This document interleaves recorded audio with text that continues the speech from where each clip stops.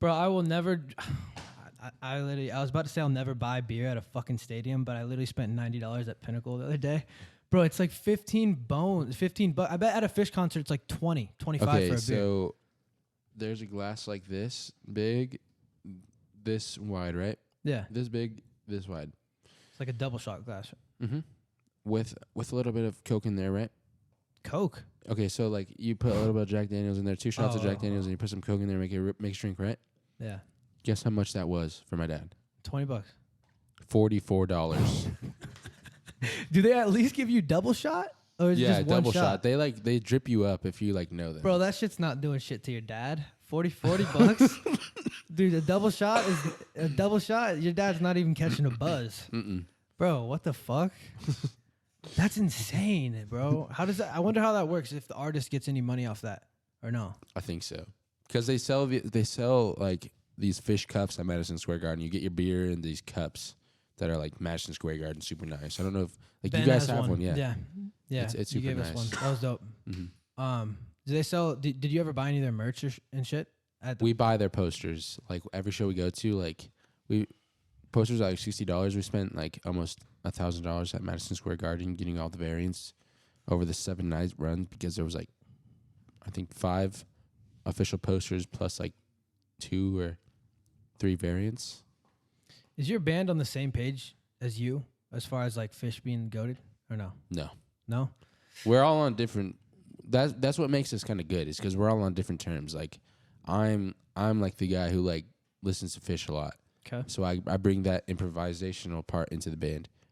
Mason, on the other hand, likes all that pop punk, and he brings that like good drumming, fast drumming. Pop like, punk. What like name? It's like Blink 182. Okay. Like he brings that like fast drumming, cool stuff, like that shreddy stuff into the mix. Yeah. And then Asher, he's like that jazz, like super good, like funk type of guy, Thundercat type of guy. So he brings that like. So you guys can like good melody, blend everything together and make your own shit. Exactly. That's dope. Exactly. That's dope. That's how music is made.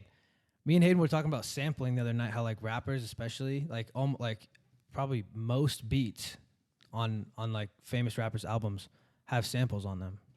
So like the music comes from other places, and then you just mash it all together, and that's how it becomes like good. I don't know. Yeah. I used to like I right. sampled fucking Grace's voice on Want You and that type of shit. Mm-hmm. But yeah, sampling is definitely cool. You used to make beats. Mm-hmm. You stopped making beats too when you stopped rapping. Well, no, I continued to make beats for a while after the rapping career because I just would sit in my room with my acoustic guitar, just write some shit out. You know, just figure whatever I could out, put it onto a track, throw some drums over it because I didn't have a band to do it yet. Right. And then finally I would be able to just like jam over that and make it into a beat. And then I sent a few to this guy, Jackie J. I don't really know if he ever used them or whatever, but they're pretty good. But I don't really make them anymore because I'm focused on the band stuff, but that kind of stopped maybe right as I started the band stuff. So yeah. A year and a half ago. How many fucking guitars do you own? Working, I own 5, but I have like 4 project guitars. Okay, I'm actually confused about this. So why do you not just have one guitar? Like I have every guitar is different. I have one phone. It gets the job done. Well, like how many times do you switch your guitar? Like are you gonna you have a favorite guitar, right? Yeah, so and you use it probably 90% of of the time, right? Yeah, but there's times that guitar is not of use. So, for instance, I have this big hollow body guitar. It's called the Starcaster by Fender. It's pretty nice, sunburst, no pickguard. And I use that for a lot of jazz because it gives me kind of like an acoustic feel, like that big warm feel because it's hollow. And opposed to my like PRS or my thin line that's semi-hollow, my PRS will give me that solid body feel because that's solid body. And like that's more like rock and roll, just like give me that fucking rock punch. Like for Saraha, one of the songs I sent you guys, when I play that live. Is that the yeah.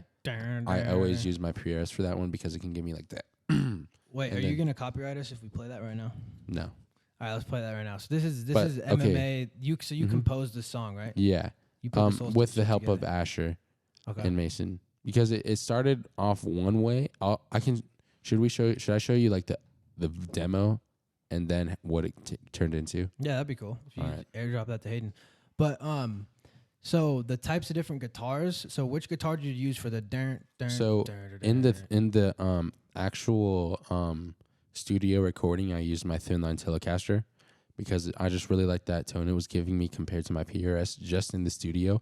But when I'm live playing, I use my PRS because it gives me that solid body rock and roll tone. Okay. But my PRS gives me more of like that, like kind of like I would say kind of more like of a Fish tone or like a kind of like a Grateful Dead tone in my hearing. Okay. All right. So you want to send him the rough draft if you can find it. Yeah. I don't know. I want to come back to Fish later. Right. Overrated. Right. You got it? Mm-hmm. It should be airdropping now. So the rough draft is like how many different rough drafts did you make before you? Well, you haven't even recorded the studio. No, the studio.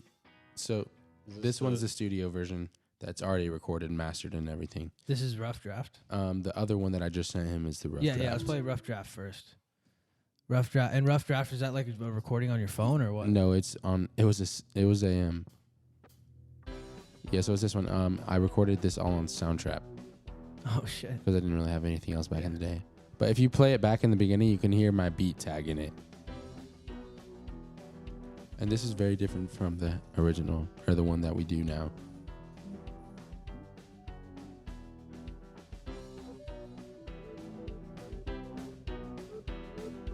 What is that? That's my guitar and like a reverse delay. Oh.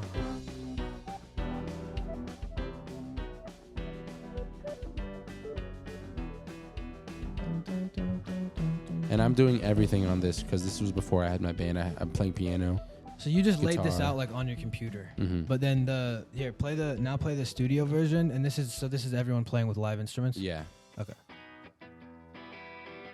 And like the way we actually want it to be. Yeah, and this was after like performing it a bunch of times and Figuring it out. Like the Figuring first it out. time we performed it was not like this at all. But it was still a good version. You know? yeah.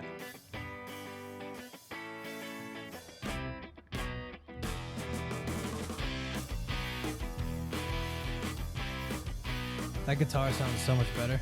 Thank you. Let's wait for my solo going up.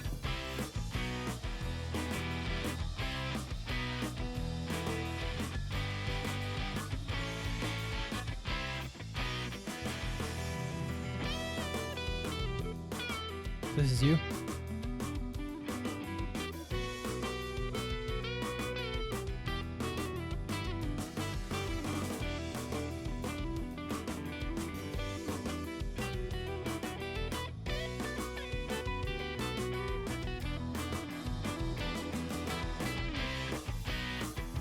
That shit's hot. Oh yeah, just wait till. So this is like going into it, and then it comes into this like breakdown section, Yeah. and this is like my personal favorite part. Bro, right that here. was that's my favorite part when I'm listening to it live. It's Mhm. like how you break it down, Yeah. but then it all comes back. Yeah, listen to this part right Yeah. here.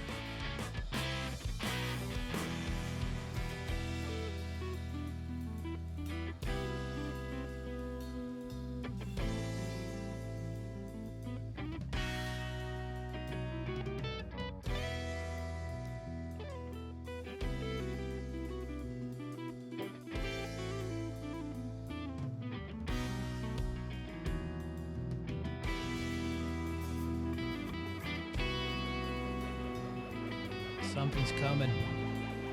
Can feel it in my bones.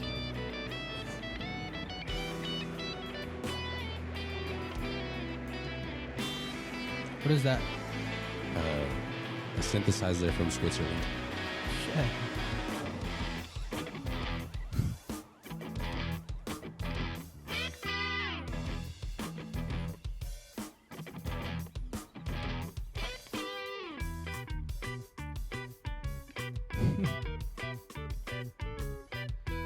Where do I recognize that from? It's just a Latin groove. A lot of people use kind of just Latin grooves to just pass through a tune or like in the Yeah. full tune. So like you might recognize it from like a Santana tune or like any type of Latin tune.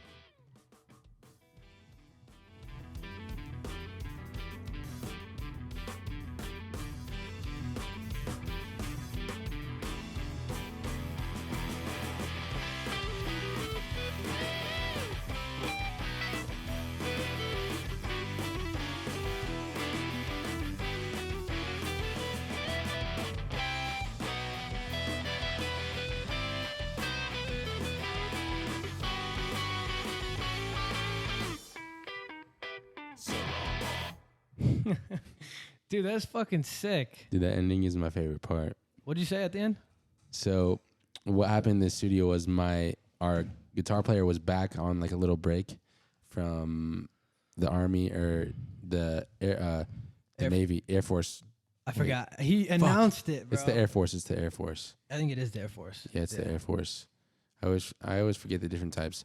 But he came back for like a week or whatever, and he came to the studio, and I was like, we got to add some type of vocal to this song. And so at the very end, the song is called Saraha. At the very end, we go, Saraha, in like a super low voice, me and Miles. It's just like, Saraha. So the double miles, Saraha. Dude, that's fire. I was actually going to ask you, that was going to be my first question, is like, how do you, like when you're making a song with the jam band style, how much of it is vocals or not? Because that song had like no vocals. So that one's more of like a just like a jam, like for us to just like take a breathe from doing high harmonies in the songs, right, that we have. Yeah. And we just breathe in that one, just play our instruments. For our other tune, Ninth Avenue Ghost, a lot of it is vocal until you get to the jam. Right. And then that jam can vary for like however long. Yeah. So like a lot of our songs like Moby's Bowl, Ninth Avenue Ghost, and then we have this one kind of in the works called like it was called Senior Darkini, but it's probably not going to be called that. Don't really know.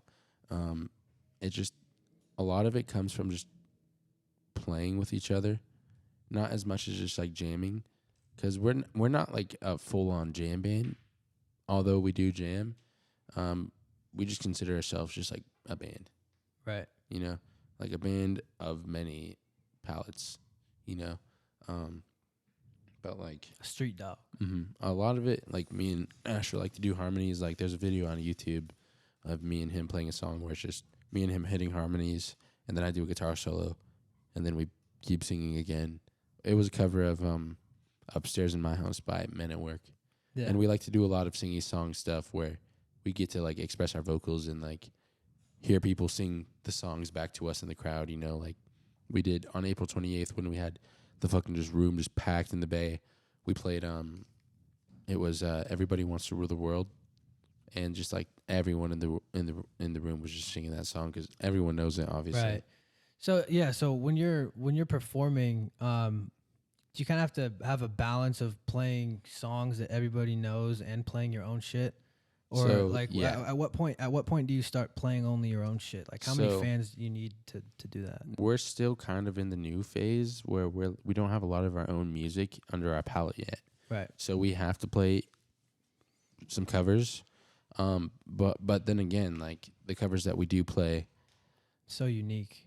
yeah, 'Cause you're are jamming. unique because they're like covers that nobody listens to. Like Upstairs in My House is like a Men at Work song that obviously was a hit, but wasn't as big as like Down Under or like other tunes like Right. Be Good Johnny, you know. Yeah.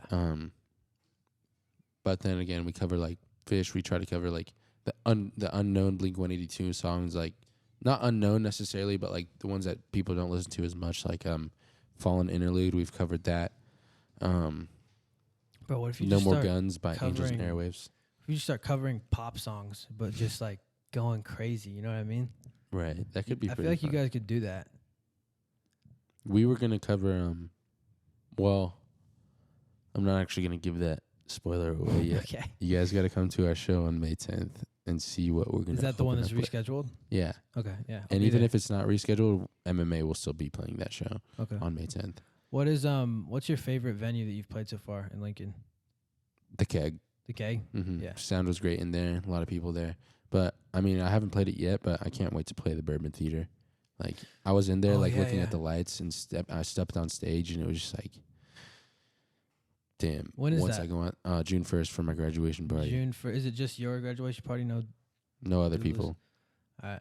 But like I'll play plus Laser Wolf will play. You gonna hook it up with the food? Mm-hmm. Bet. Mm-hmm. I'll go there either way. Hook it up with the food as long as you guys stay for the fucking shows. Bro, I'll be there. I'll be there the whole fucking time. There's gonna be it's gonna be like a bar and shit. Bourbon Theater, real talk. Yeah. Shit's gonna be So fucking. be serving alcohol. Yeah. How many people do you think are gonna show up? A lot. A lot. Honestly, because it's like the Balance reunion show too. That's why we're like, it's gonna be a lot of people because it's gonna be an open show after. My graduation. So food is like 12 to 2 or whatever, and then 2 is just like shit. Lights go down, showtime, and everyone heads to the fucking. Are you playing first? No, Laser Wolf opens it up, and they'll play like some tunes, and then right towards the end of that set, I'll come out and make my first appearance, and I'll be like, "All right, I'm gonna play this song." Whatever I fucking play with them. Yeah. And then we'll go off stage, and then everyone will just kind of mingle for a second, and then we'll get the stage ready for MMA, and then we're gonna have like some sort of like countdown or some shit where it's like we don't really know what it's gonna be, but the second we step on stage, it's gonna be fucking crazy. And the song we open with is just it's gonna be fucking nuts. People are gonna go crazy. There's gonna be no breaks that set. No Dude, breaks. I'm actually excited. All gas, for that. no breaks. I'm excited for that, bro. All fucking gas, no we gotta fucking we breaks. gotta get as many people to pull up to that as possible. Mm-hmm. Yeah. Like I'm gonna start posting on MMA here soon. Bourbon Theater, everybody come, all ages, fucking everybody.